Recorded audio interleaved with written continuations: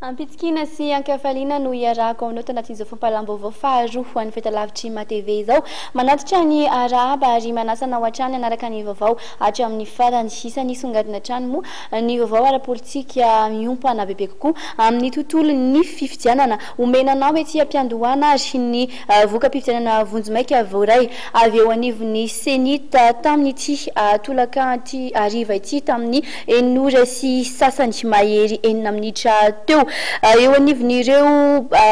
birao mpifidianana miisa ray sy roa alina ary dia ny vato ny fanisam-bato avy eo anivon'ireo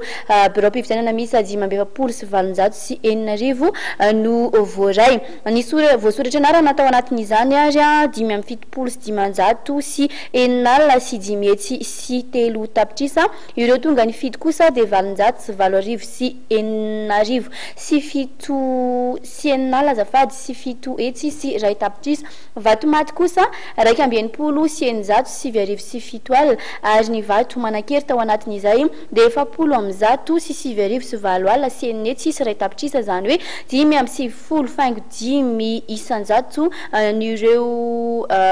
antotanisa moa zany no ireo tonga ny fidy moa zany no nanan-kery ny vato ary 4 faingo 10 isan-jato kosa ny vato vato fotsy ny pavitriana kosa dia nahatratra 7 faingo 8 isan-jato toy izao kosa ny voka-pifidianana tao anatiny izay mitarika hatrany ny candidat Hery Rajaonarimampianina laharana fahatelo nahazo vato miisa 580 sy 720 sy 4 alina sy 4 hetsy sahalanisa 250 faingo 7 isan-jato ny candidat Dr Jean-Louis Robinson kosa laharana fahatelo amby 30 dia nahazo vato 570 sy 900 sy 9 sy 4 hetsy izany hoe nahazo ny salanisa 770 faingo 370 isan-jato.